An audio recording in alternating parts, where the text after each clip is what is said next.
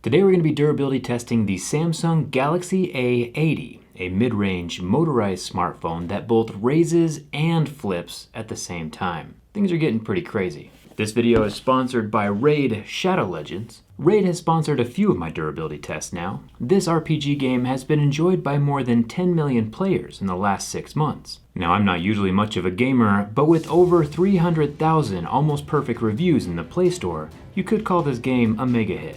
It has crazy graphics, strategic gameplay, huge boss fights, and over 400 champions to collect and customize. You can see all the detail they put into the characters, and there's always something new to be doing in the game. I can definitely always appreciate that Raid Shadow Legends is free to play, and you can gather knights, elves, and orcs to follow an intricate storyline and also battle against other players live. The game is growing pretty fast, and Raid has scheduled updates for the game for the next 6 months. New factions, a tag team arena, and a new clan boss that you can fight with people in your clan. I'll put a link down in the video description so you can download the game for free, and only through that link can you get a free epic champion and 50,000 silver, all part of the new player program. Huge thanks once again to Raid Shadow Legends for sponsoring this video. Now it's time to see if the Galaxy A50 can withstand my durability test. Let's get started.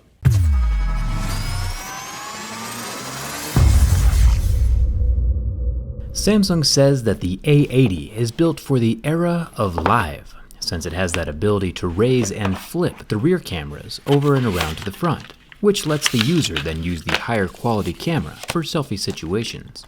The last rising camera phone I tested, the Oppo Find X, snapped in half and died, so it'll be interesting to see if this rising phone, with what looks like the same mechanism, will die as well. I have my doubts, but this peachy colored Angel Gold A80 seems to be full of confidence. Let's get started. If you insist. Right off the bat, the phone feels pretty heavy, and even without activating the camera, the top half of the phone can be manually slid up, but then retracts itself back into its shell automatically. We've seen quite a few mechanical pop-up cameras. Most have just a single lens that pops up like the OnePlus 7 Pro. Some have a pizza slice like the Oppo Reno, or a flip-around camera like the Zenfone 6. This A80 though could be the most complex version we've seen yet, with both a rising feature and a spin-around motion that both activate simultaneously. It rotates all 3 rear cameras around to the front in one fluid motion. Technology is pretty cool. Analyzing that little flipperoo mechanism from the inside is going to be super interesting. If I try to manually rotate the camera backwards while it's in the popped up position, it auto-triggers a retract and brings the whole thing back down. I think it's a super unique contraption, but it's only worthwhile if it's durable and can last, which is what we're going to find out today. If the camera is extended and I bump the top with my finger, it will automatically retract. And then if I hold the camera shut while trying to extend the camera, it makes noises akin to the dial-up era. If you don't know what that means, you can ask your parents. We'll bring the triple cameras up so they can watch us commence with the screen scratch test. I have a set of Mohs mineral picks that tells us what different minerals are made from, by the different levels they scratch at. Level 3, as you can see, means the screen is made from plastic.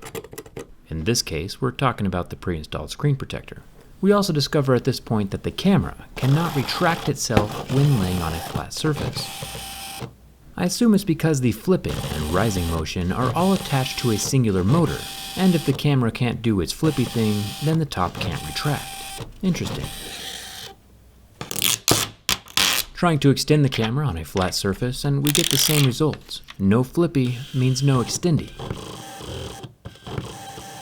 Continuing with the scratch test, now that the screen protector is removed, we know that since this phone is using tempered Gorilla Glass 3, we shouldn't start seeing scratches until level 6, and that is indeed the case. Scratches at a level 6 with deeper grooves at a level 7. Pretty normal.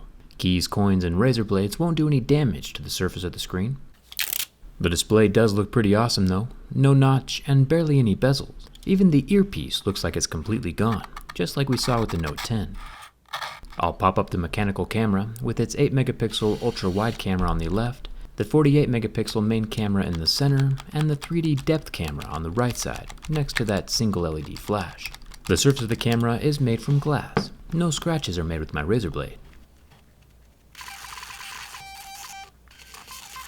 The cool thing to do on a lot of phones these days is to add an underscreen fingerprint scanner, and the A80 is no different. With an on-screen fingerprint scanner down near the bottom of the phone, I'll take my level 7 grooves and scratch up the surface of the glass after my fingerprint is set, to simulate years worth of heavy abuse. And it looks like even with all that extra damage, the Galaxy A80 is still able to recognize that fingerprint and unlock the phone pretty much every single time.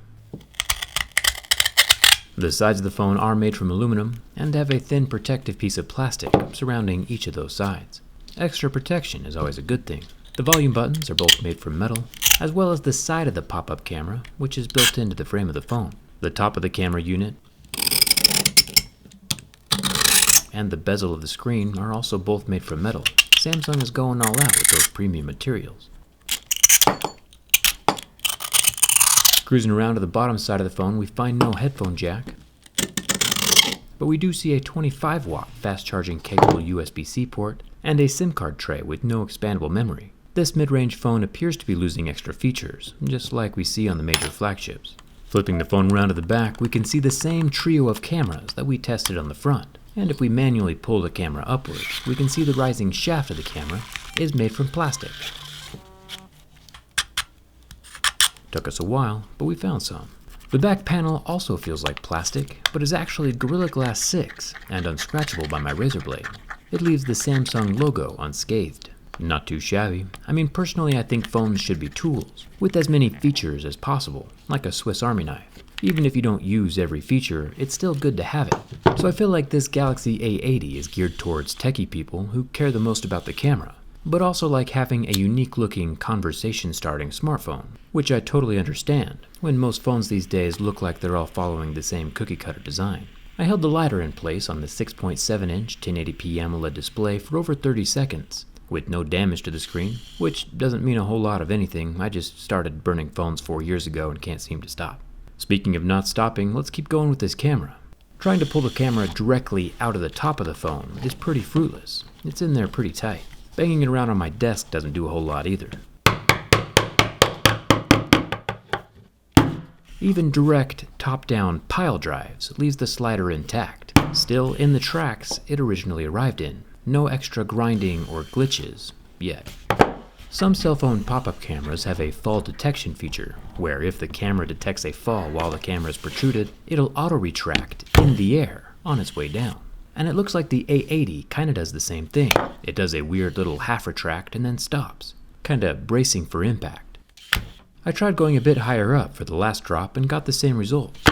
Kinda strange. One thing I thought of when I first saw this phone was a stencil. You know when you can push the letters of a stencil cutout? With this camera being only attached on either side, I wanted to see if I could pop it out of the frame, like a stencil.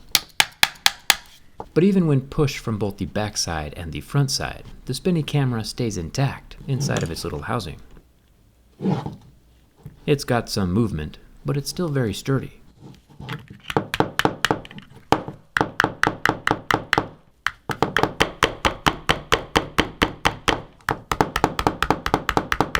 I imagine that other things on this phone will start breaking before the camera mechanism does.